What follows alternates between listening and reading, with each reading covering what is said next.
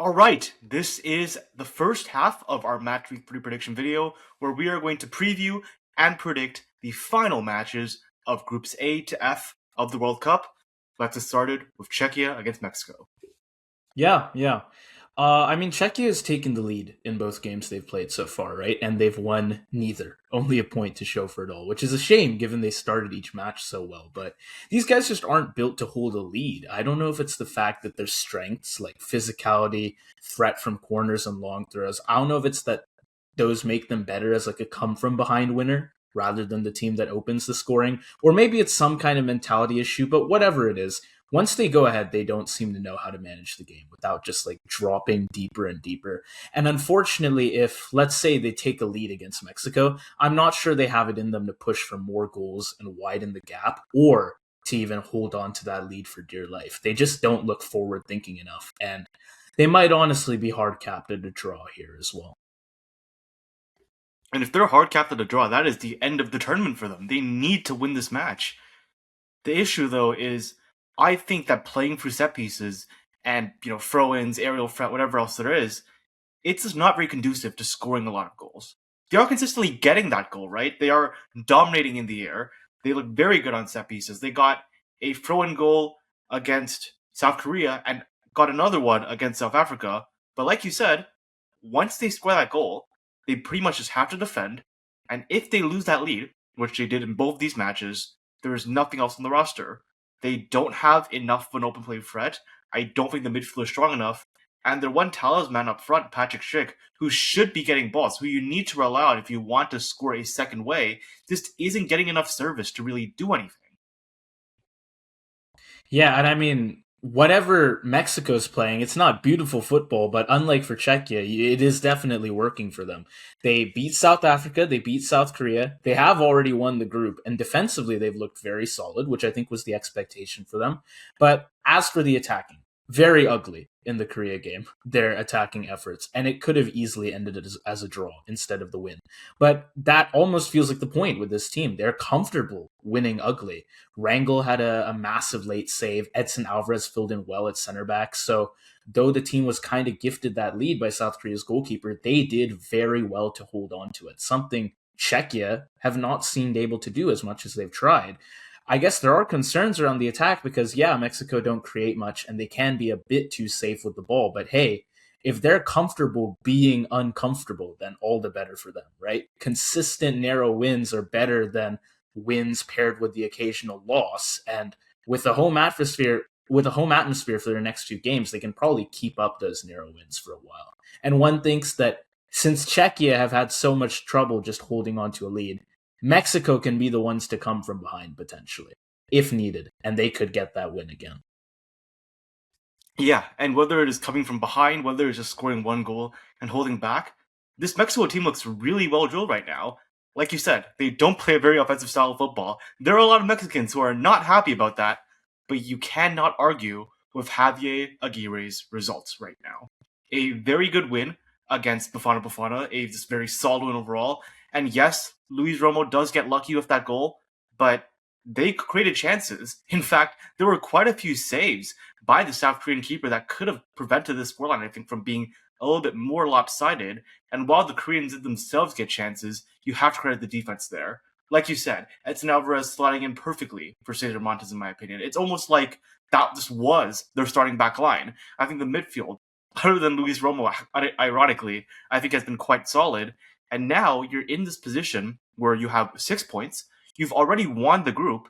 And so, yes, you want to push for more. But if I'm Aguirre, this is a good opportunity to test out some more players and try to get more of your bench options to find form ahead of the knockouts. I'm thinking, for example, I actually think Brian Gutierrez has done a pretty good job, despite what people on the internet are saying. But this would be a perfect opportunity to start Huberto Mora. This would be a perfect opportunity to give him that experience. Similarly, Santi Jimenez has not been good at club or country recently. And even though Quinones and Alvarado are fighting for him right now, give him the chance, This could be a good chance where either he finally starts picking up form for the Mexican national team, or worst case scenario, you just drop him right back again for the knockouts, right? So this is a no-lose situation for the Mexican national team. I think they will experiment, and why not, right?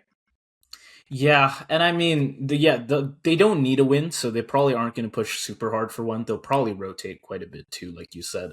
I do think the Mexican fans, at the very least, will pressure them into not slouching and actually like putting up a decent performance. Else, who knows if like the Aguirre pulls some Moriyasu shit and they end up with a loss, right? But I'm going to go 1-1 here. I think Czechia, of course, will be pushing as much as they reasonably can for this win. And with their set piece threat, I think they can score. Mexico have got a decent defense, but I feel like Czechia are pretty consistent there. As I said before, I don't think they could push for a lead by more than a goal. And if they do take that 1-goal lead, I think Mexico will come right back, spurred on by their fans. And if that is to happen, Czechia, I don't think will have it in them to take the lead back with the second goal. So I will say it is 1-1 here. Yeah, I get the feeling that Mexico fans will be happy for a draw to play out since they've already won the group. But I do get the feeling though that let's say nothing happens, Mexico or rather Czechia never score, it might just play out as a 0-0 draw. But I think if Czechia do score a goal, the second that happens, the crowd will be demanding a Mexico equalizer. So for that reason, I'm also going to go for a 1-1 draw here. Yeah, yeah. Okay, then the other match in this group, we have South Africa versus South Korea. And I mean, South Africa are improved against Czechia compared to over Mexico, but that is like a low bar to clear. If for anyone who watched that opener to the tournament, it was a pretty terrible game for them. This time, they at least did grow into the match. They had more possession this game, got more touches around the box. They did even finish the game, I would say, as the better team. My question going into this last game, though, is the same as before. Even if South Africa plays aggressively, where exactly are the goals coming from? Like Mokoena was really good in this last game, not just because of the pen, but he was putting in real work from open play to actually drive the game forward. Now he's suspended, if I'm not mistaken. So again, I've got to ask who is going to score here? Because even though they've been front-footed for the most part, like we expected them to be, the scoring threat has not been great from South Africa. Yeah, not at all. Now, I do definitely have to give Hugo Bruce a fair bit of credit here because after that Lyle Foster disaster class match day one, immediately benched, and not only does he not come off the bench, but in fact, they instead start, I believe it's Rainiers, and then they put on someone off the bench as a striker, and it's not even Lyle Foster. So he's dropped, not even off the bench, but to the reserves team now. Like, this guy's just not going to get playing time for the rest of the tournament. And fair enough. But again, we're still dealing with, I think, a lack of quality across that attacking three. Osmanapolis finally getting a start against Czechia. I think he should have started the first game, to be quite honest. But the Czechs quickly realized he was the main guy for Bafana Bafana offensively. And once they started sort of doubling him, sort of focusing on him defensively, nobody else was really stepping up for the South African side. They do eventually get the equalizer, but it didn't feel very sustainable. And against a team like South Korea, who have a very decent back line, I'm not sure if a situation where you have to win is very favorable for the South Africans. Yeah, though to be fair, I'm for South Korea in that last game. If there's that backline was basically what cost them the game. Not that they were like bad in that match. I think they were solid defensively, but it was the one mix-up that essentially and ended that game for them. And then the other thing is for Korea, they didn't do. I think they did enough to get a draw there. Again, if not for that mix-up, they did not do enough. I would say to deserve anything more than the 0-0. Son was quiet again. Lee Kang-in only got going really pretty late into the game. Even when Korea did create chances near the end, they couldn't finish him very well. They were okay at best in attack. And if anything, they were heavily holding back their offense and Mexico's, hence all the boos at halftime because that first half was just so dull. I do think, though, that Korea will be at least somewhat more front footed here against South Africa. I'm going to expect at least a goal for them. Whether they score more, I think, really depends on how badly they want to just win for the sake of winning. Since Mexico probably is going to win the group regardless of what Korea does, right? And unless South Africa manages to score more than one and actually forces their hand, I don't really see South Korea going for anything more than just the one goal. Yeah, so South Korea they cannot win the group anymore because even if they do get the 3 points and Mexico drops a stinker, there is the head-to-head problem. But like you said, if South Africa wins this match, now you have South Korea on 3 points. Probably not very great goal differential because it's a win and 2 losses rather than 3 draws, and now it's all in jeopardy. So they still have to get a result here. Not necessarily a win, but they have to get a result here to secure their position in the next round. And I think what we have seen from South Korea over these first 2 matches is essentially what we expected from the start of the tournament. They have some key stars, some key players, Lee Kang-in, Hwang In-bom, Park Sung-ho, but Son Heung-min has shown he is not the player he once was. His finishing has not been good across either matches, and it feels like every day the shouts for him to be off the starting 11 in favor of Oh Hong-gyu just get stronger and stronger. And then beyond those 3, you're not really seeing a lot of team cohesion. You're not seeing a lot of playing through each other, and the midfield and the defense still look questionable. Furthermore, against Mexico, I think we saw a big question mark with the finishing, not just with Son Heung-min, but they did have like 4 or 5 decent chances. Pretty much none of them, except for that one double save that Ron Hao had to make at the end of the match, really troubled Mexico all that much. And defensively, like you said, that mix-up is just such an unacceptable error. And it feels really bad because I think Kim Sung-gyu was actually quite solid that match. He made 2 or 3 big saves, but if you make a error like that, it doesn't matter. Yeah. I think when we predicted this match, I had a 2-2 because I thought, again, South Africa would be as aggressive as they like to be, actually score some goals in an attempt to make it to the knockouts, which, just like we have now, they were not really in a great position to do so, according to my first and second match week predictions. And I thought South Korea could match them with less chances, but better ones and also better finishing. Not that their finishing is great, but better than South Africa's at least, because South Africa's finishing is just pretty bad. However, South Africa has been less aggressive than we thought they would be. And when they're on attack, they're less efficient, I think, even than I thought they would be. The finishing really is not great for them. So I don't see them scoring 2 goals. I'll have them score 1. And like I said before, I don't think Korea take too many risks. I will give them 1 as well. Basically, only as many as they need for the draw. So I will have a 1-1 draw here. I actually think that this is a match where we might see that Korean individual quality shine again like we did against Czechia. Because while Mexico's midfield, defense, and just overall physical solidity was able to contain the individual quality of the Koreans, the Czechs were not, and I don't think South Africa has the midfield quality to contain them the way Mexico did either. I think we're going to see a similar result as the one against the Czechs, where those key individual players go wild for the Koreans again. They get their 2 goals. But because there are some issues with defensive transition, which is a strength of the South Africans, I think they'll get 1 as well. They'll obviously be pushing for a win, so they'll be aggressive. But ultimately, it won't be enough, and South Korea, for me, wins this 2-1. Okay.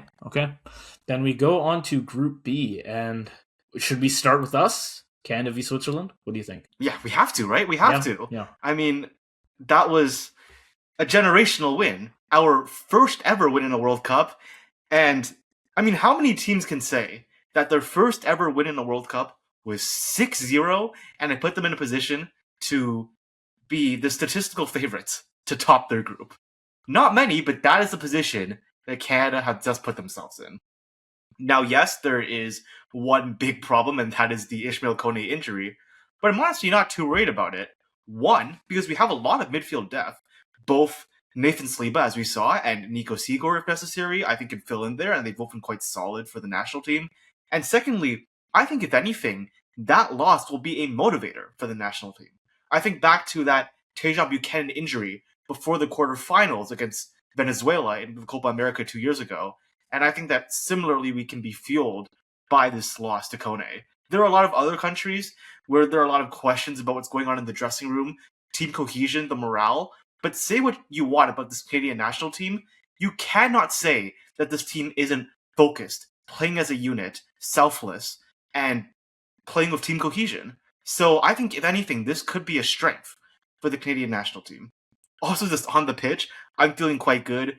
JD and Kyle Larin, despite the fact they haven't always been on the best quality, the most consistency over the last few years, they've been great at this World Cup. And the back line as well, I'm feeling quite optimistic, right? Bombito's back, Davies is back.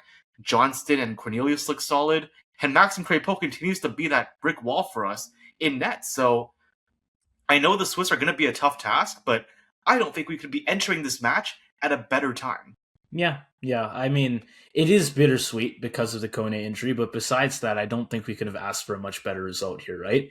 It is Laren scoring again, David scoring a hat trick to make up for a questionable game against Bosnia. Schaffelberg, the Maritime Messi, gets one. Saliba comes in and he scores a great free kick. There's a lot to be excited about here. And for anyone who thinks we only won this because of the 2 red cards, you should know we were dominant from the start of this game. We scored 2 goals before they got their first red card. It was already 2-0. Yeah. It was already over. The high press completely suffocated them, that Maple press. But I do think losing Kone is a pretty big problem. Against Switzerland, anyways, he is such a big part of the midfield. Like, physically, in progression, in making that press work. Bombito coming back does help the defense, and then you could get Davies potentially returning. Gives us a huge weapon on the left side. We have Saliba that we could put into the midfield, but I don't know that any combination of them or any other guys can quite replace the work that Kone does for us from box to box. So despite this big win, I do think our path forward in this tourney is a little questionable, but we'll see exactly what matchups we get in the knockouts and how those work out. For now, I guess we deal with Switzerland. And I think having to deal with Xhaka in their midfield is not great when we've lost Kone, but we do our best. And if we lose, probably we finish second. So we move on, right? Yeah. I mean, I saw that there's this one app that I sent you in the group chat yesterday. And while Canada are not mathematically qualified, they finished top 2 in all 10,000 of 10,000 possible simulations. So for Canada to not finish second, it would have to be a literal freak of freaks disaster. And even then, we will be one of the best third place teams because we have 4 points and a lot of third place teams will not. The real question is, do we get that result? A draw or a win both send us top of this group. A loss obviously does not, but this is a huge opportunity for us. And this is a very interesting matchup, I think, not just for us, but for any neutrals watching, because in some sense, Switzerland, tactically speaking, are a bit of a mirror image for Canada. Just like us, they play a high press, they're very high octane, they're aggressive, offensively speaking, and if there is a weakness, it is leaking balls in transition, right? So this is a very interesting Switzerland side. And also, like us, they're dealing with some finishing issues, I would say. Dan Ndoye, Ruben Vargas have not looked good, neither has Ryder. But at the same time, they're also fighting strikers that are fighting form. I would say even though Breel Mbowo, I think maybe has scored 1 at most, still looks quite solid as an anchor in my opinion. And of course, we have to talk about Monzambi has been absolutely incredible as of recent, right? Great result against Bosnia, and I think he has shown for that match that he has to start. The one question, though, is Yakin too stubborn to start him? Because he hasn't done so yet. And if it were up to me, this guy would have been in that front 3 from day 1 of this World Cup. But besides that, I mean, strong midfield. Xhaka absolutely bossed the Bosnians. Strong back line as well. So this is still a very good Swiss side. And for any Canadians watching, yes, I'm very much feeling optimistic about the team, but we're still the underdogs coming into this match. Yeah. I mean, they weren't perfect in that Bosnia game. I know the Bosnian low block was making this match very awkward for Switzerland, and they were not exactly carving them open chance after chance. It took a late breakthrough and a red card for the match to really get away from Bosnia. But I mean, I feel like if anything, that says something too about Switzerland, because though their efforts were not converting for the longest time until like the 75th minute, they did not panic. They just kept shooting, basically. They kept attacking, kept shooting. And once the game did open up, they were ruthless enough to turn this tight match into ultimately a blowout win it was for them. This team's got experience, they've got patience, and enough quality off the bench as well that they can do what they did here, basically take the game over at the end. And I was worried before that we here in Canada could keep things close in our game, but Switzerland would be able to close out the game better and maybe find a win in the dying minutes. And that is still a big worry for me. And it is a potential advantage for the Swiss as well. Yeah, it absolutely is. And that being said, though, there's still a lot of questions about how the Swiss are going to line up. Obviously, not only with the front 3, but also, are we going to go to the 4-3-1-2 formation with Reader playing as sort of a false 9? Will we see the typical front three that we saw against Qatar? I don't really know yet, and I think that's going to be a big factor in trying to determine what happens in this match. But what I can tell you for sure, though, is one, we have the home advantage factor, which cannot be understated in World Cups especially. Two, this is like crazy to say. It's like the opposite of what we expect to happen, but we're the team that are looking more clinical right now, I would argue. JD and Kyle Laren are fighting form, and while there are questions about who will be starting, if it is the same guys as before, Dan and Doi, Reader, again, have not. So I would say if we get in a situation, if Yakin is smart enough to sub off Dan and Doi, to play Ruben Vargas, to play Bolo, I think the Swiss, they'll get more chances out of the way, they have the better midfield, and they will take advantage and they'll win 2-1. But I get the feeling that Yakin is a little bit too stubborn to play Monzambi as a starter, at least for now. Because of that, I actually think that the Swiss, even though they get more chances, won't be as clinical as us, and we will sneak a 1-1 draw and top Group B. I agree.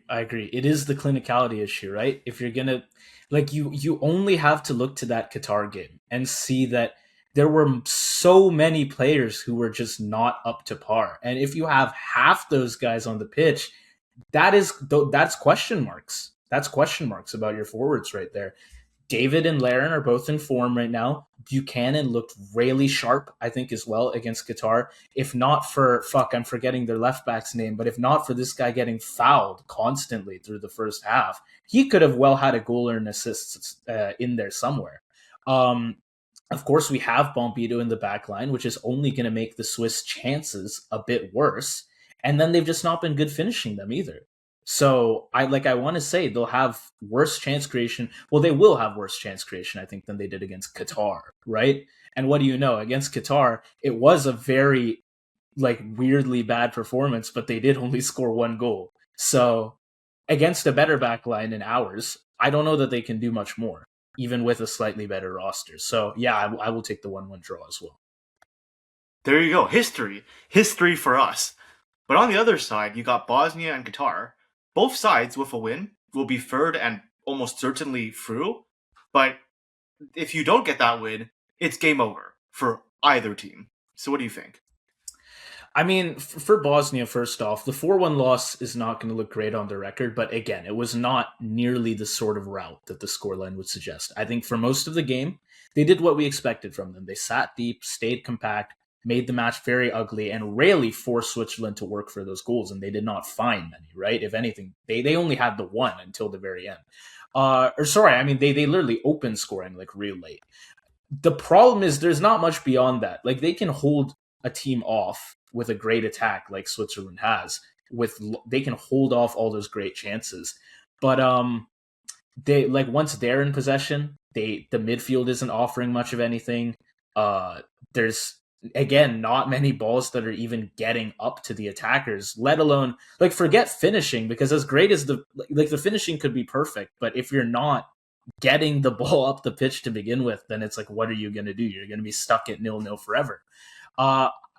There are obvious limitations here. I think Bosnia, they can defend, they can be physical, they can make games very uncomfortable, but if they need to actually chase a result, which they do here, it is going to be a lot harder for them. And I want to say Qatar shouldn't give them too much trouble, but I can't say for sure, because the most they were ever able to get was a 1-0 lead against us, and that was looking pretty damn flimsy. So if they get a 1-0 lead against Qatar, maybe they hold on. It's not a guarantee, to be honest with you. Yeah, I think very fair criticisms, to be quite honest. Once again, the question marks in that Bosnian midfield are showing. And yes, they get that one goal from Mamic, but other than that, I feel like Bosnia did basically nothing offensively. I don't have the stats of that Bosnia v Switzerland match off the top of my head, but I'm pretty sure the Bosnians never got a big chance. Because if they did, I just completely missed it. And while, you still have Aljabegovic, Memic, Bagjataglovic, who are good at putting in those crosses, putting in set pieces, in open play, I still haven't seen much from this Bosnian side. Tabakovic is going to be back for this game. Edin Dzeko has already come back. It's a very solid front two if you feed them chances, but that is a big if for this Bosnian side right now. The lucky thing, though, not lucky, but the good thing about them is they're very strong defensively. Yes, Muharemovic being suspended is a big loss, but Kadic, Dedic, and Kolasinac, they've all looked quite solid as well. And to be quite honest, I think there's a lot of reason to be feeling good about this Bosnian back line. If you're Bosnian right now, I would say there's a very good chance you actually keep a clean sheet in this match with that solid back line. And in that case, you only need one. That's not that unachievable of a result, in my opinion, for the Bosnian national team. Yeah, and I mean, maybe if we were just working off Qatar's first game, where yeah, they didn't have much to offer in attack, but they defended decently well, had a great goalkeeping performance. You could say that this could be 0-0, and it's not going to favor either team, obviously. But then you have to look at Qatar's second game, where all of that fell apart against Canada. The defending was a mess. You had the 2 red cards.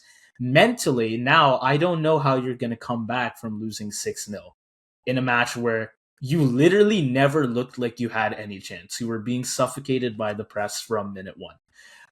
Abunada, I guess, deserves some credit because he did make a lot of saves despite conceding 6, but that only tells you how many chances Qatar were giving up, and they just didn't have the mental to deal with it. Again, by the end of like the first 15 minutes, you could tell this game was not going to go well for them. The players could tell, and at some point they really did resort to just fouling us as their closest thing to defense, with Madibo breaking Kone's leg, or Homam Al-Amin, that's who it was, the shit he was pulling on Qatar's left side against Tejan Buchanan, basically the entire time he was on before he got their second red card.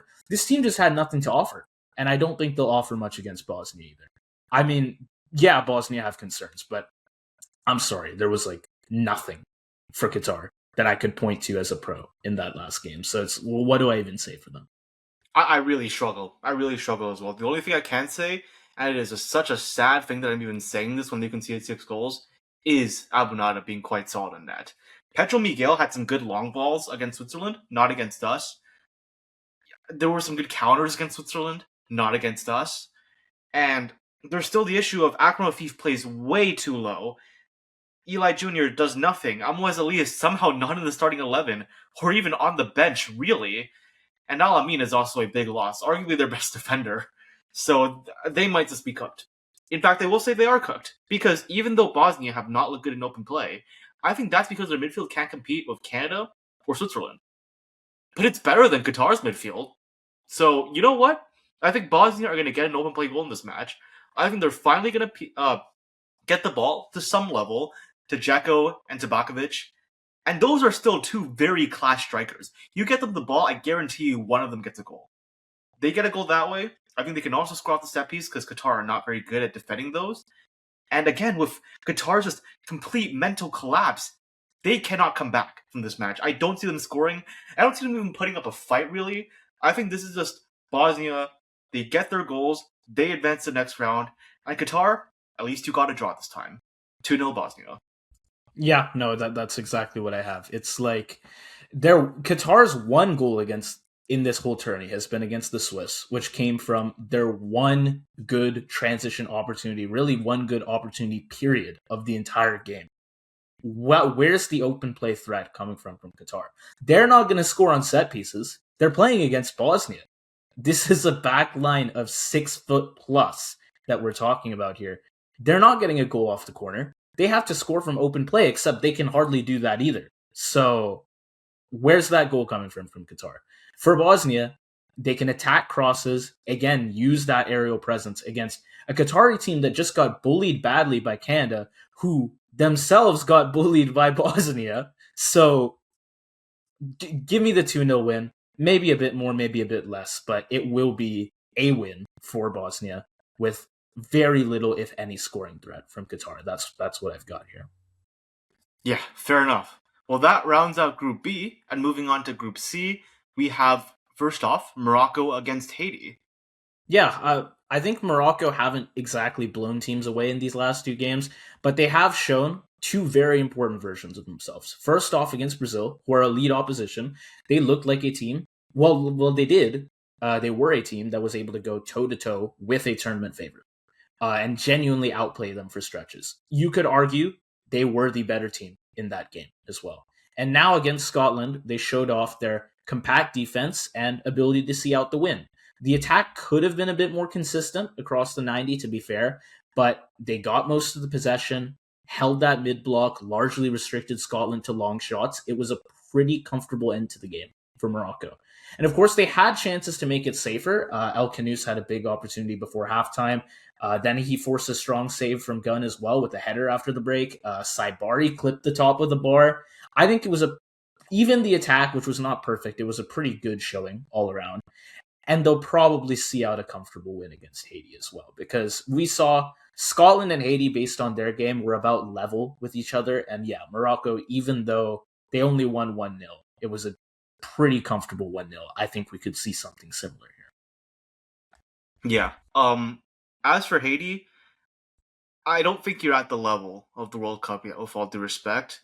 I think you're actually a top 5 team in CONCACAF, and next year's Gold Cup I think will be very interesting, because we're talking about a Panamanian golden generation that is really starting to fade. And I think the opportunity is there for Haiti to do well in that tournament, but here you just don't have the level to compete with teams like Morocco or Brazil. And the one issue of Morocco, I would say, or at least one of the issues, is their inability to really break down those sort of low blocks, right? We saw it against Scotland. It's not a one-time thing, and I assume Haiti are going to play that way as well. But it goes to show a lot about how strong this team is, where even in one of their off days, even in a day where Morocco objectively did not play up to their standards against Scotland, they still didn't concede a single shot on target. They didn't concede a shot on target against a pretty solid Scotland side. They have such a strong midfield. Bouhaddi, Al-Anoui, Amrabat, Al-Khanous, Unahi. They've got a very good defense as well, you know. Hakimi and Mazraoui, that's like one of the best fullback pairings in the world right now. And even though Naif Agard is out for the tournament, I would say that Diop and Riyad have done a good job. Even if you somehow get through that back line, in net is one of the best tournament keepers in the world in Bono. So I'm sorry, Haiti. Even though you actually have a pretty solid offense, you're not scoring this match. I think Morocco are not going to destroy you because, again, they're not great at low blocks. But I just see Morocco seeing out a solid 2-0 win and progressing on into the tournament, into the next round. Yeah. I mean, Haiti were pretty good against Scotland. With better finishing, they could have drawn that game, if not won it outright. But that said, they were pretty hard hit against Brazil. Not a good first half. That high line gave Brazil way too much space to run into. I will give them some credit for fighting hard in the second half. But then you do get to the other bigger issue, which is they just can't score. We saw Isidore force a save, as did Ricardo Ade with the close range header. Duverne had a good chance as well, but again, they just could not convert a chance. And I really would like to see them get one goal in this tourney. I'm not that confident in it happening, even if they do seem threatening at times. And like you said, Morocco did not allow a shot on target from Scotland. Will they allow much of anything for Haiti either? I don't think so. We'll probably see them playing pretty aggressively because, again, it's like, at this point, just get that goal. A 0-0 draw, it might get you a point, but it's probably not the way you want to end off the tourney.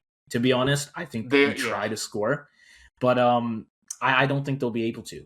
I think Morocco will just be consistent with the backline throughout these 90 minutes, just as they have been basically for their first 2 games. And yeah, I'll say 2-0 Morocco, and unfortunately, though they did look likely to score at times, Haiti will exit the tournament goalless.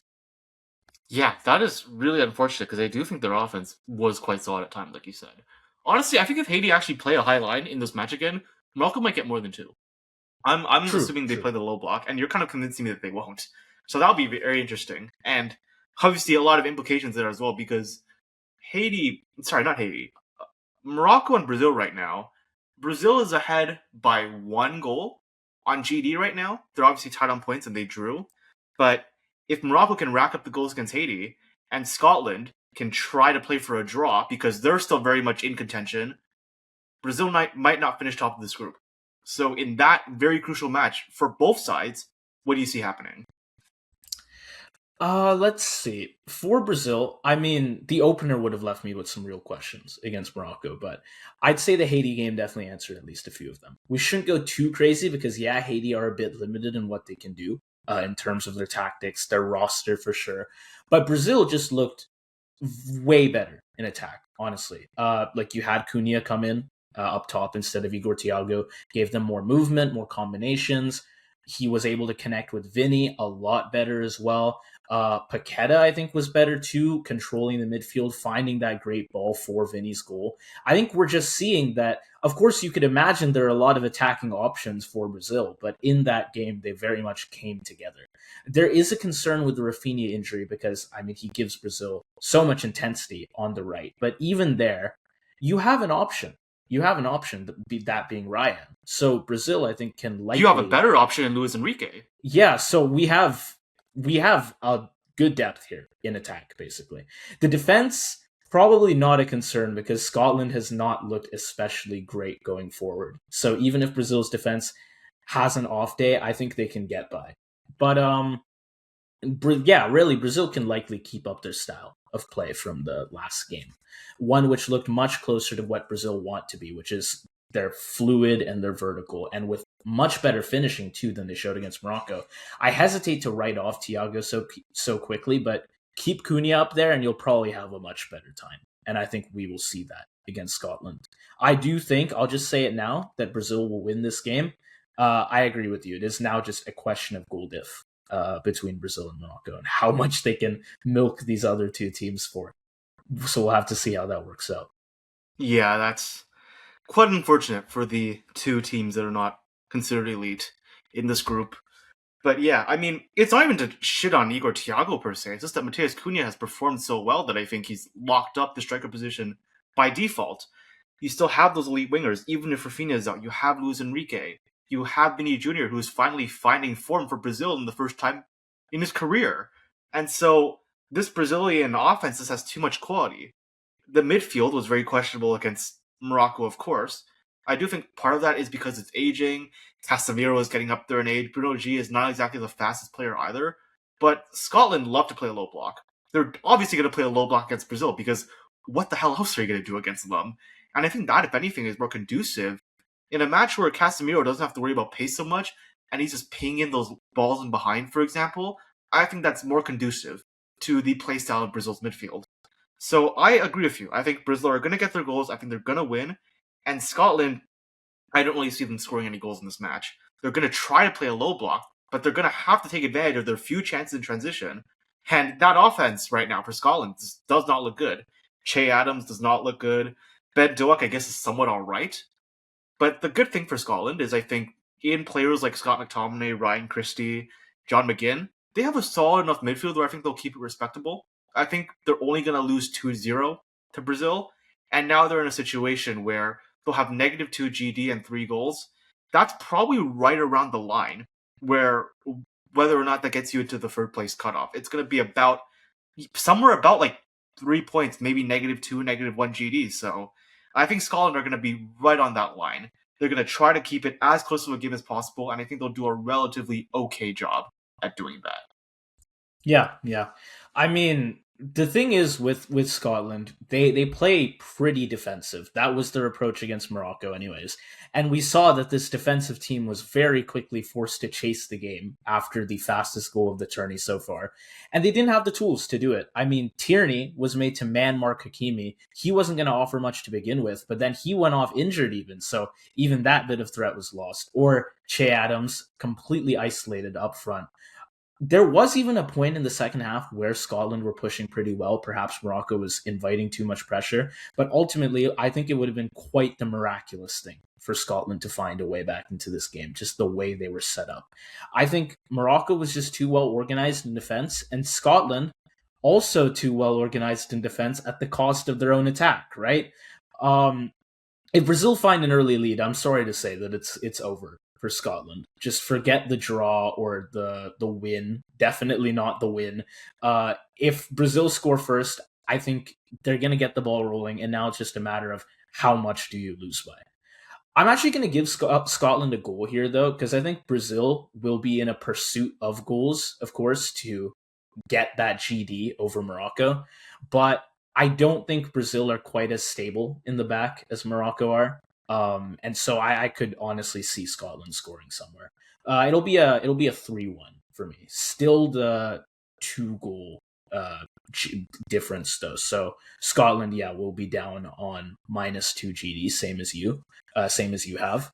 And then would that now put Brazil or Morocco ahead? Because Brazil Now, will if gain you are two going with goals. if you're going with a 2-0 for Morocco and a 3-1 for Brazil, that would put Brazil ahead. Brazil ahead For because they're already me, 2 goals ahead. I'm Yeah. doing identical results for both matches, which would also put Brazil in first.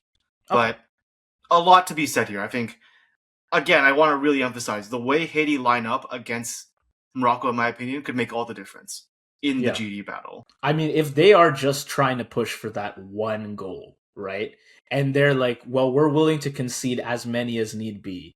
If we can just pull a Curacao and lose 7-1, but we score the one goal, that's fine with them, Yeah, maybe. And in that case, they're basically also just handing the group to Morocco, yeah, because now which, you have a Morocco playing a team that doesn't care against Brazil playing a team that's desperately trying to hold on to being one of the best third place teams. yeah, So yeah. that'd be a huge advantage for Moroccans. Brazil would be pissed if these guys meet at like a Copa America. Oh, you're fucked. Oh They're boy. getting they're hitting you with the 7-1 for doing that to them. But yeah, yeah. Oh no. I guess we'll see what Haiti does because genuinely, whatever style they choose to play could make a big difference here. Yeah. With that said, we go to Group D. We'll start with Turkey versus the US, and I mean, if I had a reason to hate watch Turkey, I would have so much fun watching their games. But this shit is instead, it's just depressing to watch. The talent is obviously there. I mean, you look at Guler, Yildiz, Çalhanoğlu, all that technical quality, and they've gone 2 games with 63 shots and 0 goals. Quite literally nothing to show for it. It's not like they've been invisible either. Against Australia, they had loads of the ball, loads of territory, and loads of shots, of course, loads of shots. So much of it, though, was from bad angles, crowded areas, or just random long range attempts that like were never gonna land at all. You're not Out of Roberto complete Carlos. I don't know desperation. what you're thinking, but I don't know. It just wasn't good. They had the ball, but they had no idea what to do with it, which is it's insane. You think about the technical quality on this team, and they just could not work something good in the box. It didn't seem like they were trying to. I know Australia's defense is good. Their block is good. Like I've touted it myself, giving them some upsets in the knockouts.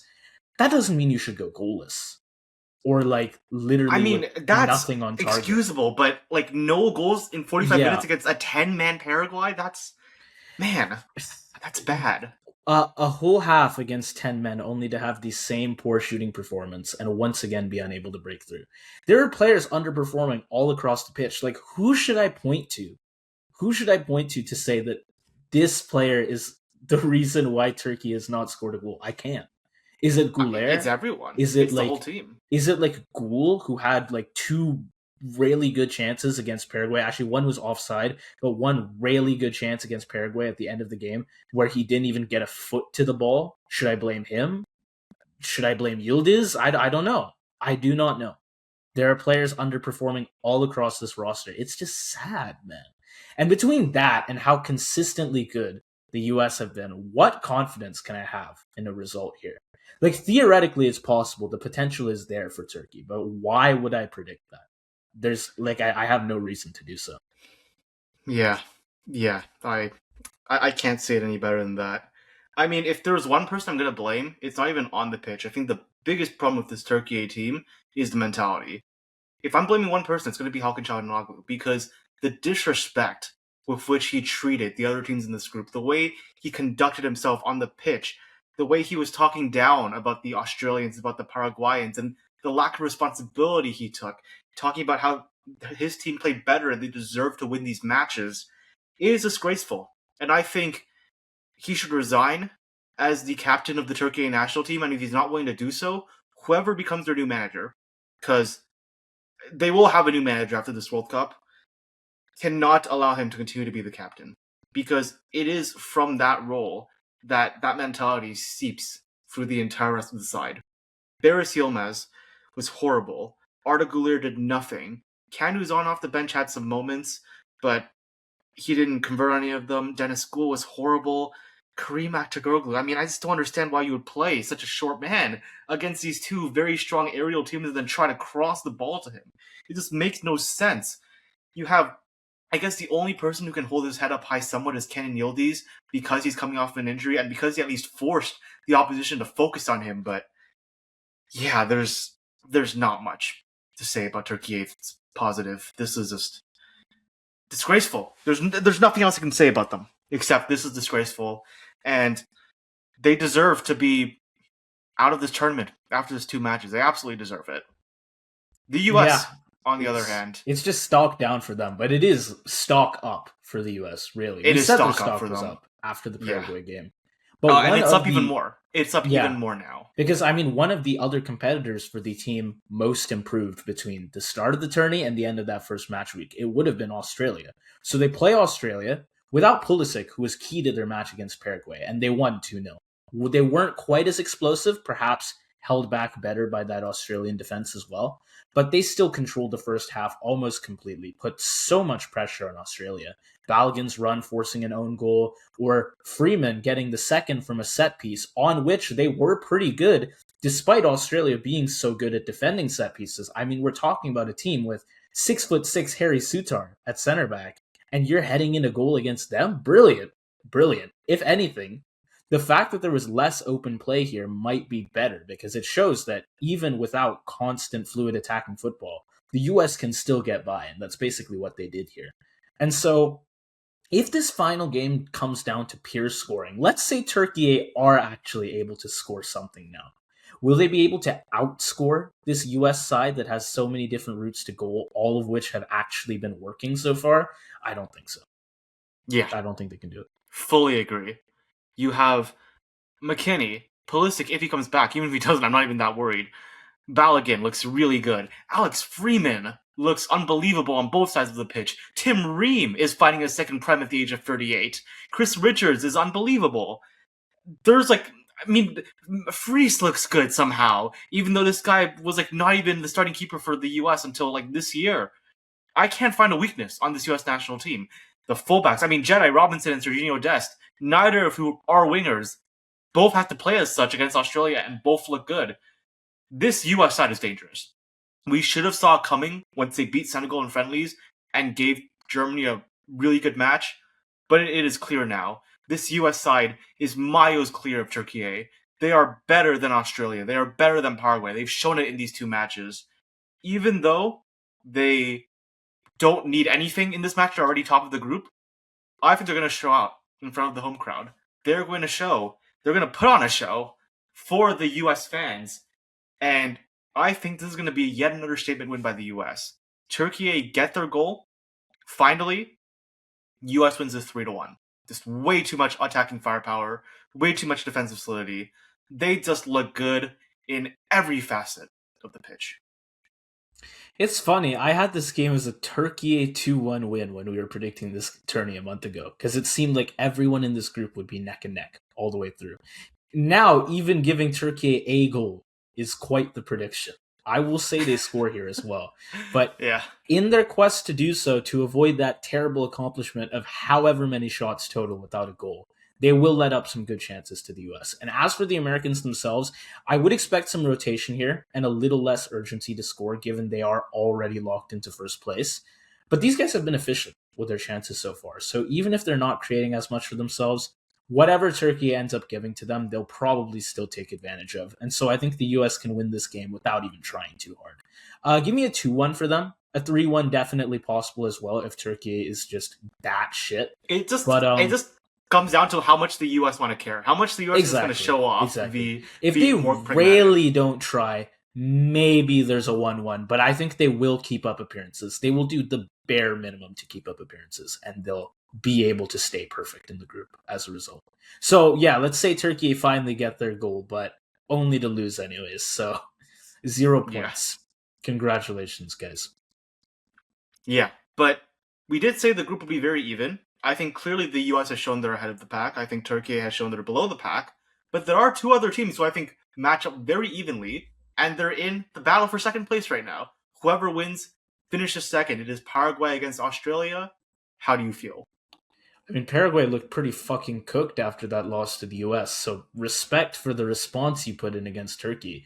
And a very Paraguay game, honestly. I mean, they don't always get the early lead. They did get that through Galarza, so that's the dream start for them. But they do not try and push that lead at all. They turn this game ugly, tense, physical, low scoring, and they hold on. And I guess the Almiron red card made it harder for them to actually push for more goals, so they really did have to defend that 1-0. But they did a pretty good job of that. Admittedly, if Turkey finished one of their like 2 or 3 chances that they had at the end, this game might have been tied, but I think Paraguay were quite deserving of the win in the end. If they can get a similar early goal against the Aussies, they might be able to do the same here. I don't think it'll be nearly as easy for them because Australia won't be shit with Yeah, the efficiency unfortunate the thing way is that Australia Turkey do. actually know how to score goals. That is, yeah. So See, now that's yeah, the thing. They can create some actual good chances for themselves rather than literally just lump across and let let it go out for a goal kick. I don't know. But there's potential for a win here, honestly. And even if you go for the draw, that's hardly bad, right? yeah. Draw puts both teams through. I believe a draw would have Australia finish second Yeah. because of goal differential. But yeah, Paraguay both third teams. with 4 points, so Yeah, yeah. but 4 points inferred. You're still going through. So look, first on Paraguay, I know it's not him who scores a goal, but it is him who gets the assist. Julio Enciso, after getting what we felt would be a tournament-ending injury, continues to be their standout, at least offensively speaking. The one guy who looked half decent against the US, and he has another good game against Turkiye. We've said this man is 80% of Paraguay's offense, and he's showing why, because he is still class. And then defensively, like you said, again, with 10 men, they held on for 45 minutes against Turkiye. Very, very good performance. Gustavo Gomez, Omar Alderete. You know, after Caracas's first match against the US, where he gets cooked by Pulisic, I think he fully redeems himself by doing at least a semi-good job against Kenan Yildiz, the one guy for Turkey who actually looks somewhat decent. So, very good performance by the Paraguayans. And then we look at Australia, right? They're very strong defensively as well. You got Harry Suter and Alessandro Cercati, who are great in the air and just in general defensively. Players like Jordan Boss and Jackson Irvine, who can both be good defensively and offensively. But the one question mark is, will Tony Popovich do some trolling once again? Because in that first match against Turkey, you start Aaron Kuna, you start Torre, you start Metcalf, and they look very potent on transition. But in that second match against the US, you drop all of them, you start to play Valupale instead, and whoever the hell else they played, and it ends up being a complete disaster. Now, I'm assuming that Popovich actually wises up in this match and he plays their best offensive players, in which case you're looking at a very drawish match. A Paraguay who will be looking to push vs an Australia that are happy to just take the draw. And I think if Paraguay are incentivized to overextend themselves, I trust the Aussies, especially to break through that and to score some goals on the counter. I actually do think that Caracas can do a relatively okayish job, at least compared to some of the other teams, at dealing with Aaron Kunda. But in Metcalf, in Jordan Boss, in Jackson Irvine, in Torre, you're gonna find a goal there at some point. So assuming that Tony Popovich doesn't do some stupid bullshit once again, I'm going with an Aussie 1-0 win. Yeah. I mean, it's weird because they looked decent in the second half against the U.S. Once They did. you had Metcalf, Lopado, Aaron Kunda come on. Why were they not there in the first? Why were those weapons just not being utilized? I doubt they'd have won the game with those guys on, but they could have gone for a draw. They could have had a goal and gone for a draw. Just not great tactics from Popovich with this one. But anyways, it was an okay performance for Australia. Not great, maybe not even good, just okay. And sometimes you have those. I would say consider yourself lucky it happened in the group stage, tank it and move on. And I am still pretty confident in Australia going into this final match. It is, like we said, both these teams are on 3 points. Neither one is really safe. Australia can maybe afford like a 1-goal loss because they have better goal diff. Paraguay certainly won't feel safe. So I do agree, like you said, they are going to push a bit for goals. At the same time, though, I don't know that Australia will find this super easy. I think Paraguay, they've just proven themselves, unless they're playing the US for whatever reason, to be very comfortable dragging teams into ugly, low event matches. And I doubt they'll break too far for that just in like a pure pursuit of goals. Like they know as well, right? That the draw is hardly bad for them here. So they're gonna try for their one goal. And admittedly, if they don't get a goal for a little while, like let's say even if it doesn't come in the first half, you might see them more desperate in the second. And that could be where Australia start to get one or two goals in. But I'm gonna say they kind of just play a bit more front-footed version of how they usually do, and they'll find a goal somewhere. I'll say the Aussies find a goal somewhere. Fuck it, it'll be like a Harry Sutar header off a corner or whatever. And it's just a very dogged fight for either side. Again, low event. Like there won't be many clear chances for either team. Eventually, I'll say they settle on a 1-1 draw. Leaves them both on 4 points and basically does put them both through. Puts them both in. Paraguay as well. If it is a 1-0, I think most likely actually Paraguay go home at that point. That's true. Because that would be a -3 GD. Is it -3 goal? It would be -3 then. Yeah. Yeah. Not good. But they can get by with the draw, both of them. So I think they'll eventually be fine to just settle for that. Yeah, fair enough. Well, moving on to Group E now. So first match, Curacao v Cote d'Ivoire. Obviously, Cote d'Ivoire cannot win the group anymore after losing to Germany, but a good chance to secure second. And for Curacao, I would say they have a chance of qualifying if they win this match, but they're not going to win this match. Yeah, massive credit for the result. After losing 7-1 to Germany, it would have been very easy for them to just fall apart, but they did get, instead, their first ever World Cup point. But I'm not going to pretend this was a masterclass. It was Eloy Room, who was unbelievable, with a solid defense as well that fought hard. But Ecuador still had 27 shots and 15 on target. This is what we're looking at here. Eloy Room had to be good, or else they would have gotten blown out again. Maybe not blown out because Ecuador's finishing just was not great, but there would have been still, like, we could be talking 2, 3, 4 goals here. And Curacao did have a couple counters, namely, there was like a triple chance basically in the second half where it was Bacuna, Comenencia, and Locadia, just one after the other. And it was a shame that they didn't get a goal in that sequence somewhere. But besides that, this game was survival. Amazing survival, historic survival, but it was still them surviving through this match. And will they survive against Cote d'Ivoire? I doubt it. Because you look at all these attacking threats for Cote d'Ivoire, they did score a goal less than I had for them originally against Germany, so maybe a bit of an underperformance in attack, but really, it was just a strong showing. We thought Jan Diamande is going to cause Germany issues on the wing. That is exactly what happened. He did it against Ecuador. He did it again here. Ended up helping to create the Kessié goal as well. Diallo was decent. Not super good, but decent. I do wonder if instead of starting him, maybe bringing him off the bench again would have been better. But I think he looked all right as well. I saw some really good ball carrying from Kouame. The forward play really is legit from these guys. And I think, well, that really should have been proven against Ecuador. The fact that they were able to create as many chances as they were against that like brilliant Ecuador backline. But if you needed more proof of it, there is the Germany game for that as well. It's just a shame they didn't score more. I know there was a good chance for a Dingra near the end, which will really sting because Pepe served up a chance on a silver platter and somehow he didn't even get a shot off. I don't know what happened there. But again, it's great stuff from them. And seeing them greatly trouble both Ecuador and Germany, I've got to imagine to look pretty good against Curacao as well. Yeah, I mean, honestly, that match went pretty much exactly as expected, other than the final scoreline. I remember I told you, I saw they saw that starting 11. I saw Christ Ulai playing. I saw Bonnie getting his start back. I told you, like I literally messaged you right away. Oh my god, Emerson Friday is cooking. This man is on one today. And Cote d'Ivoire looked really good in possession. Their high press was working. They looked great in transition. They were progressing the ball very well. Everything was going well except for the finishing. I mean, even that one goal they did score, it was off of a missed opportunity that Kessié gets the rebound for. And I just think, man, if Simon Adingra is able to bury that chance, probably Cote d'Ivoire have won the group already. But instead, we're in this situation where Dennis Undov gets those 2 late goals. Cote d'Ivoire are now locked out of first place. And they're still going to be fine because it is Curacao, but that's a big missed opportunity, in my opinion, for Cote d'Ivoire to just make a...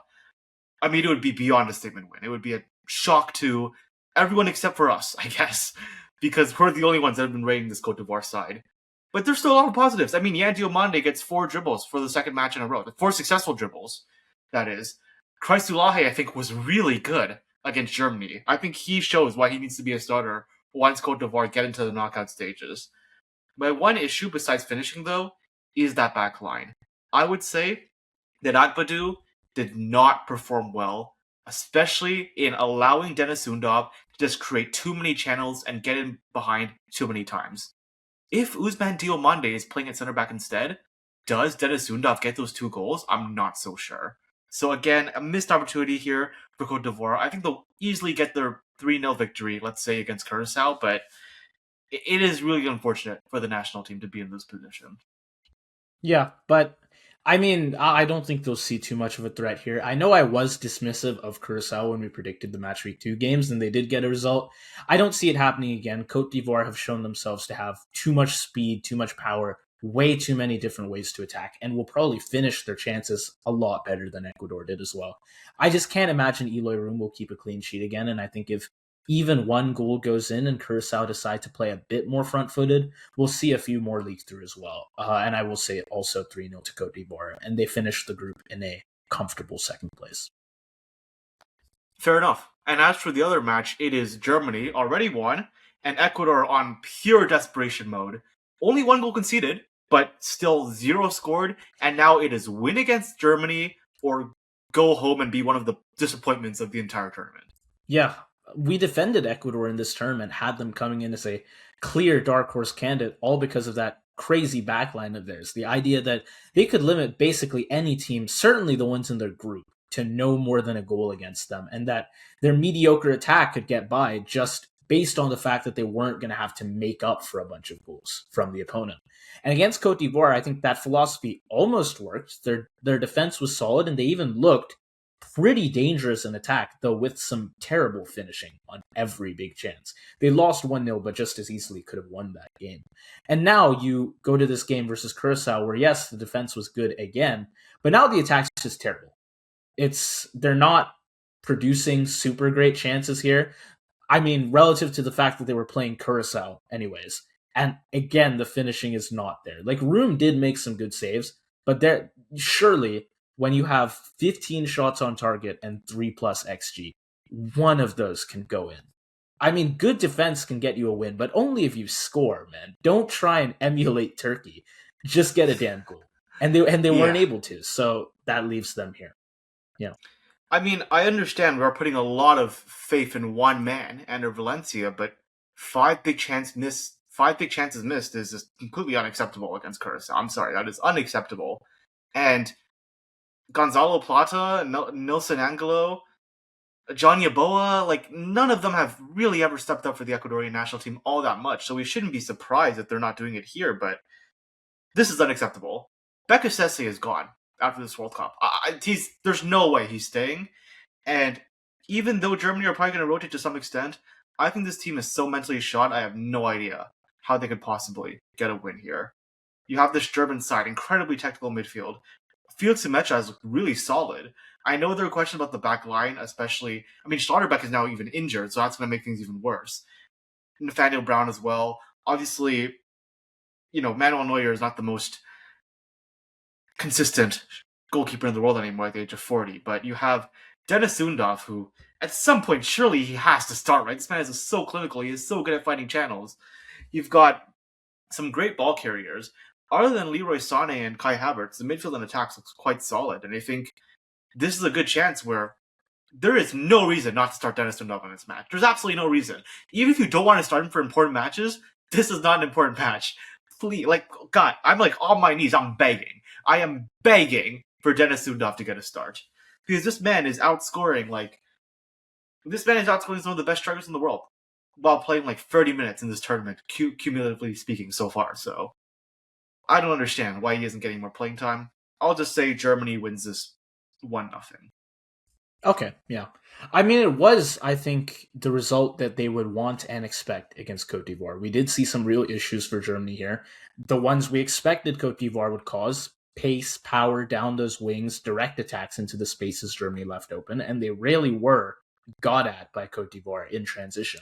But on the other side, you look at this depth. ridiculous and just so well used here. Their stars weren't great here. Wirtz, Musiala, even Neuer. I mean, I know you can't sub out Neuer, but like questionable. So they bring on now Dennis Undav and Nadia Amiri in the 59th minute, and they come out with a 2-1 win. Did people even know who Amiri was 2 or 3 years ago when he was like on the Leverkusen bench before he went to Mainz? Did people know who Amiri was? No, Probably I think they not. still don't. But they popped. I'm sure a lot of people had no clue who this guy was when he got subbed on. What do you know? Key to the win. Dennis Undav, key to the win. There are some hidden talents on the squad. And I know in some ways that's not a great thing for Germany because some of your starters didn't look at their best. But there's a chance that Nagelsmann can keep making the Well, super subs goddamn, they work. shouldn't be starting. They should not be starting They then. should, that's fair. What are we Sub them doing? out. You Don't could start make the them. super subs work, or better yet, just sub them out and change up the starting lineup. And Germany might become a very hard team to predict and play against because we've seen them with those expected starters, the big names that everyone knows about. Bring on some of these lesser known guys, and it might be good for them. I mean, I want to say, I might think be a lot we're harder to already predict. seeing that to some extent by Felix and Mecha starting over like Goretzka or someone else like that. Why not just do that more, Nagelsmann? You know, like Yeah. the quality is there on this German national team. I think you can. I think definitely now in this game it is worth trying. I'm going to go Germany 2-1. I don't think Ecuador can keep creating this many chances and miss all of them forever. And Germany have You already say shown that, they you can. say that, but you don't They know the could. depths of this Ecuadorian I know, dog I shit know. finishing. They play for that 0-0 every time, so it's hard to say for sure. But Germany have shown they can leave space in transition. So I think Ecuador can get one there through like Valencia or Plata. But even if Germany rotate a bit, or they don't play as front footed, knowing that, yeah, they don't really need the win, they have too many game changers on the squad, too many paths to a goal. Again, I'm looking at like Musiala, Verts, and Mecha, Undav, whoever it is. I think someone will step up to punish Ecuador. And there's just a lot of talent here. I know Ecuador have an amazing back line. They've not been putting good enough pressure on the other end, which means they're just going to keep getting hit. Germany will be shooting this game, I think, largely. And they will find their goals somewhere. So yeah, I'll say 2-1. Yeah, fair enough. And that moves on to the last group of this video, at least. It is Group F, where we're going to start with Japan, who are locked in a battle with the Netherlands right now for first place. They drew, and not only are they tied on points, they're tied on goal differential, and the Dutch are only ahead on goals scored right now. So all to play for in this last match. Unfortunately, Sweden are now on the receiving end of what could become quite brutal if they don't change their fates around quickly. What are you thinking for Japan v Sweden? Yeah, it's like you said with Sweden. Their goal diff has been hit hard by that 5-1 loss. And they're such a weird team right now because their games have been so chaotic. They do beat Tunisia 5-1 and then lose 5-1 to the Netherlands. I don't know that either scoreline really tells the full story because against Tunisia they score 5 goals. 4 of them are through errors from Tunisia. Not that I'll credit the goal entirely to Tunisia's players rather than Sweden, but that is what happened in that match. I said back then that you can only take what's in front of you, and they did. They did so well. But then they went up against an actual competent opponent in the Dutch. Sweden's own backline did not hold up. Brobby bullied the center backs. Dumfries had too much freedom out wide, way too much. And I think Potter's 5-3-2 left them overloaded in the wrong areas. And as for their attack, I think they looked quite dangerous. I really liked Ayari here. I also liked that Alanga was able to score off the bench. But they got one goal in a 5-1 for a team that attacking is what they do. This is not a team that's known for its defense. They're not quite Norway, I don't think, but you still expect Sweden, if they're going to win, it's going to largely be by outscoring. I actually think they are just worse Norway, to be quite You honest think with so? you. Okay. Yeah. I mean, For either of them, the point is they outscore their opponent, right? And Sweden just were not looking like they could do that. I mean, Sweden don't have a clean sheet this year. Like, they're Yeah. not gonna... You cannot rely on that back line. They could see it to Right. Tunisia, bro. Like, come on. Look. What can I really say for sure about this side? All I know is that they're chaos agents with insane dark horse potential, the possibility to take out other dark horses as well. Had Japan not been on 4 points already, I'd be very concerned for them here. But now Sweden are the ones more in need of a win. So we'll see if they can push hard enough to get one. And yeah, Japan will score. For sure, they will score. good chance they score more than one. It's just how much can Sweden do on the other end? Yeah. I just have one question for Sweden. Why did Graham Potter look at Bergvall and Alanga and say, you know what? I'm going to start Nygren and Kallstrom instead. What the fuck are you thinking? What are you doing? You literally played Bergvall and Ilanga in like the World Cup qualifiers to make it here, and it was working so well. Why are you switching it now? What is the logic behind that? What are we doing? And you know what's really sad too? What's Yeah. really sad too is Isak Gyökeres and Ayari, I would argue, all of them look good when they got the ball, but they just were not getting the ball because Kallstrom is not that guy. He's just not that guy, bro. Like, why are we acting like he is the fucking Felix Semecha of the Swedish national team? He's not that guy. He's garbage. Bench him. What are we doing? Potter versus Moriyasu is going to be quite the managerial duel in this The managerial duel for who can do more will be random quite bullshit something. just to troll. Random bullshit God. go. Brilliant. Japan. I think they've very much lived up to the hype around them as a dark horse so far in this tourney. I mean, against the Netherlands, they had to manage long spells without the ball, still came away with the 2-2 draw. And now against Tunisia, they got to control things from the start. And I didn't know for sure if they'd managed that well, being on the ball for so long, but they did. In fact, they fucking tore Tunisia apart. So I don't have that much to say for Japan. I do think the movement is clean, the rotations are sharp. They've looked very threatening in attack, even without guys like Mitoma, Minamino, Endo, Kubo.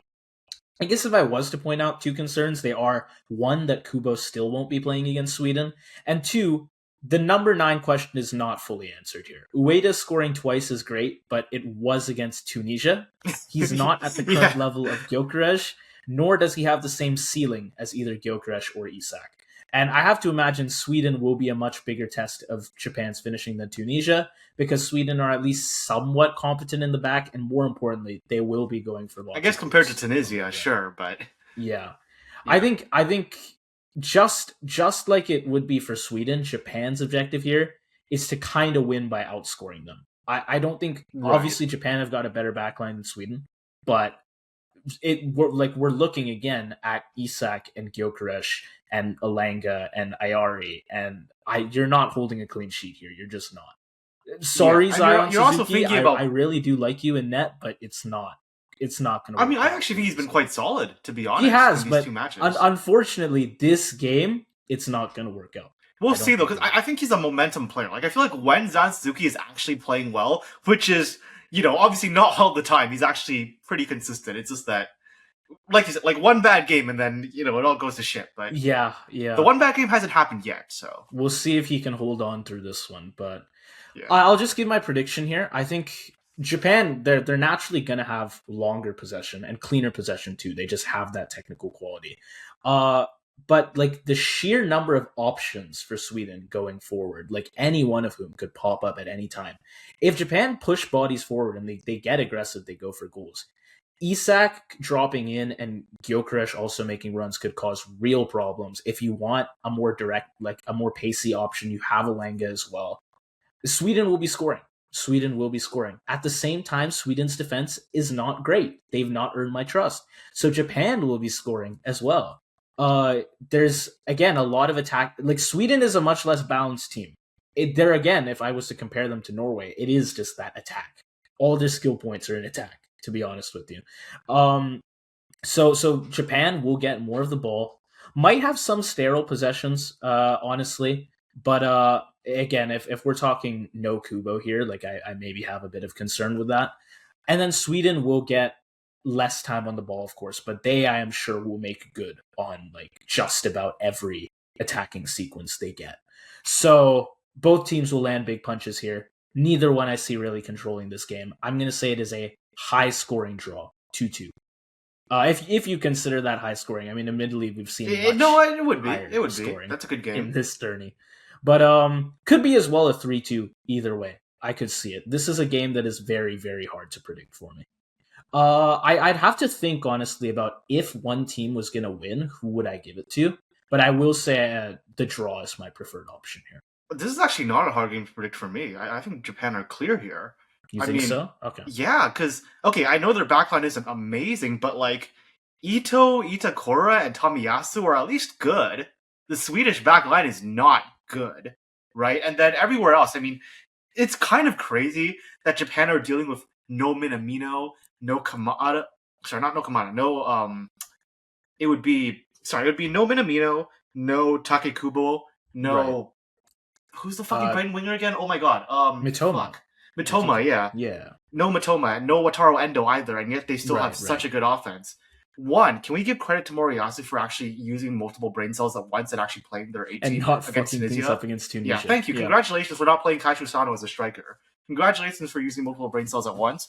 But I think that's big because that means they have a manager who isn't brain dead, and their opponent, Sweden, have a manager who is brain dead. We're currently seeing Chelsea Graham Potter and not Brighton Graham Potter, would be the best way I can describe it.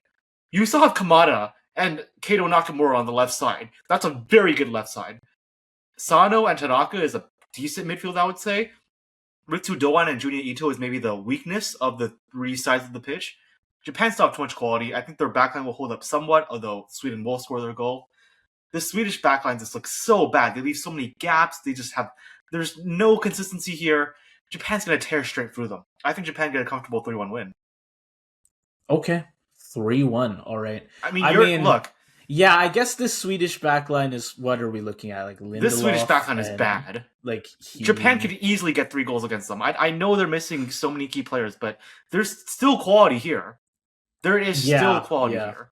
You know what? Who were they? Were they playing Lagerbielke on the right side, Sweden, in the game against the Netherlands? It was Gustav Lagerbielke. I think. Yeah. Yeah, you know what? Maybe that's fair. Maybe that is fair. That man was going to be the left side. For bro, Japan Kamada, he's not going to be able to deal with Kamada and Nakamura. There's just no way. A lot of he's finished. Yeah. Okay. All right, then we'll cover our final game of the tourney, which is going to be Tunisia v the Netherlands. Okay, Tunisia, can I just say something? Can I please just say something real quick? Damin, you are a fraud. Shkiri, resign your role as the captain of Tunisia. The backline is fraudulent, and Hervé Renard, if I were you, I would recommend you quit from your job immediately, because there is no saving this sorry-ass national team, which has nothing better it can do than to disband itself immediately. Yep. Mess of a team, mess of a federation. If you want to talk about the team, they conceded after 4 minutes, right? Japan were cutting through them constantly. They changed the goalkeeper, right? That didn't do shit for them. Damin made 1 save. He conceded. Shit, we knew Damin was terrible already. He started at the AFCON. We already know he's shit. It's just that they're all shit. All of the goalkeepers are shit. There's nothing they can do. The problem is everyone is shit here. Also, Hannibal Mejbri, change your nationality ASAP. No, this is what we're saying. As I said with their game in the first week, maybe their only bright spot here was Mejbri. That's it. Really, that's it. On the Federation side, they sacked Sabri Lamouchi, brought in Hervé Renard, who was able to do literally nothing to stop this result. Bro, if Hervé Renard can't save you, like, what do we even do at this point? What do we do? Just this is like for people who don't know how goated Hervé Renard is. Imagine if a Premier League team got sacked, or not got sacked. Imagine if a Premier League team got relegated while Sean Dyche was their manager. Like, that's what's going on right now, essentially, for Tunisia. Just the idea that you would be the first ever team to sack your manager a game into the World Cup. Like, you were thinking you were going to get a manager bounce, but this team is just that shit. No one can do anything for Tunisia right now. Yeah, Renard's dude, you let Ueda score a brace against you. Renard's what are we doing? Yeah, Renard's not a magician. I'm sorry to say, he can't do some supernatural shit to save you, which is practically what you need, Tunisia, at this World Cup. You should maybe you should forfeit this last game. To be honest with you, know what? Let me go one step further. Not only can Hannibal Mejbri not save this team, Hannibal Barca can't save this team. Carthage can't save. That's Carthage, Tunisia. That's the same. That Carthage was in where Tunisia is, right? I think. Yeah, geographically speaking. It is. Yeah, and I also think that 11 Carthaginian elephants could probably play better than this Tunisian squad. This is not. Oh God, dude! You lost 5-1 to Sweden, who then lost I think 5-1 to I think Tunisia's backline would be better if they played an elephant as their keeper. a singular elephant could probably do better. Yeah. You lost 5-1 to Sweden, who lost 5-1 to the Netherlands. What does that mean for you? I actually asked one of my friends about this. This guy was talking about the additive property of goals, and he was like, well, it'll finish 10-2. But I'm thinking, no. You had 1 goal for Sweden's 5, and Sweden had Dude, 1 goal for the the worst Netherlands' part of 5. this too is that the Netherlands are going to try to score as many goals as possible because they're still in a They goal want diff GD. battle with Japan. So the Netherlands are going to show no mercy. If you think about it, you score 1 goal for every Sweden's 5. The Sweden scored 1 goal for the Dutch's 5.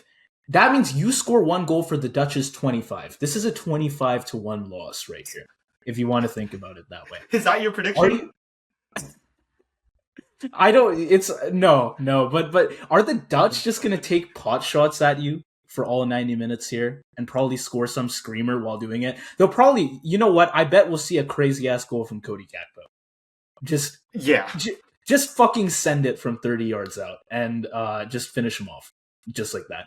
I'll just say this: Yeah. if I'm Hervé Renard and I see the Dutch line up with a front 3 of Somerville, Brobbey, and Gakpo, I would actually just resign immediately. It's over. Don't even bother with the third game. Don't even bother playing. Don't. Let Shkiri become player manager. Let me make a prediction. This match is going to make Tijani Rangers look good.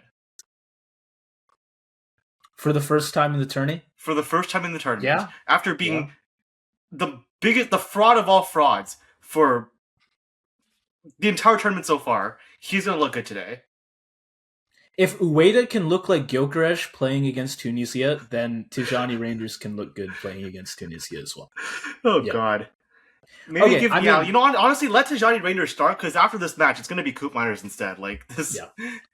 I want to say a bit about the Dutch, just a bit. I mean, we saw a lot of positives for them against Japan. Clean midfield play, solid defense, some good attacking stretches as well. Now that they've smashed Sweden 5-1, my perception of them has improved a lot. I really can't see them having any issues in this final game. We've had questions about their attack, the chance creation, but particularly the finishing. Who was going to play at the 9 and secure those goals for the Netherlands? Brobbey can get it done. It seems like he can, as long as the midfield is giving him good opportunities, and they have and probably will continue to do so. He can be the one to finish them. And yeah, don't discount the guys cutting in from the wings either. Gakpo gets clowned at Liverpool for cutting in off left and blasting the ball well off target. Here his finishing was the opposite. It was ruthless. And who knows, maybe Malen can have his own star performance soon enough. If he's going to do that anywhere... Malen can get his Ueda moment, bro. Let's go. Yes. It will be against Tunisia. I think there's a concern maybe that Sweden still created a lot through like Isak, Gyökeres in transition. But against Tunisia, will there be any stretches like the one that Sweden had after the hydration break, where I know a lot of people said, wow, look at what the hydration breaks have done to the game. They started looking good after they had some tactical... No, well, you see, the issue is in order for that to happen, Tunisia would have to do this thing called playing possession football. They don't have... Which is clearly not in their wheelhouse right now. Yeah, it's just the wheel of fortune for how your game is going to play out, because you're not scoring any goals. I'm sorry. 3-0 Netherlands. This is what I'm going. If we're only working off the Japan game, maybe a bit more tempered, like a 2-0, because the Dutch were pretty conservative late on in that game, and I remember I was concerned about that. I said that they kind of... But that's because they were playing a good team. That's different. Yeah. No, they looked ruthless against Sweden, though, so I have to give them a bit more here. And I don't think... Like they really won't try. I really don't think they're going to try that hard, and they're still just going to beat Japan. I think they just will. I think they will have to try somewhat, just in for case. A while, just in case for like 10 minutes, and then they'll be done. You know what I think is going to happen? I think the Dutch are going to score 3 goals in the first half. They're going to realize that probably it's going to be very difficult for Japan to catch up on that, and then they just keep it there out of 3. That's it. Like at that point, that's when you sub on. That's when you sub on Daniel Malid, Memphis Depay, and Xavi Simons' right leg. Give Depay a goal. This is maybe the only goal he'll find in this tourney, but he can do it here at least. Yeah. No, it's just not good. I don't know what to say with Tunisia. I mean, I think you really did fraud your way into this tournament with your qualifying pathway against, like, who did you play? Zambia? or Burkina something. Faso, I think. Burkina Faso, and you can see the Equatorial no Guinea? goals, and it's like, wow, look at Tunisia. They kept all clean sheets. All the goals that could have potentially been scored in any of those qualifying games, they're all being scored on you in these 3 games now. That's called karma. That is your karma. That is your karma. Yeah. Yikes. Disband the team once you get back. Disband the team. There's no saving. There's no saving this team now. What scoreline have you got here, if you didn't say? 3-0. Okay, so we both have 3-0. Yeah. There's nothing else to say. It's just End the episode. Yeah. I'm sick. We'll be back soon with another set of these, and I'm sure the second half will be just as interesting. We're actually recording this as the England game went, and they've just drawn 0-0 against Ghana. So something interesting there to talk about. Yeah, I don't know what happened in that one, but shit. But yeah, we'll be back soon with match reactions as well as another set of match predictions for groups G to L. So yeah, do stay tuned for more content from the CoDaKrew, and we'll see you soon with another video. Have a good one. See ya.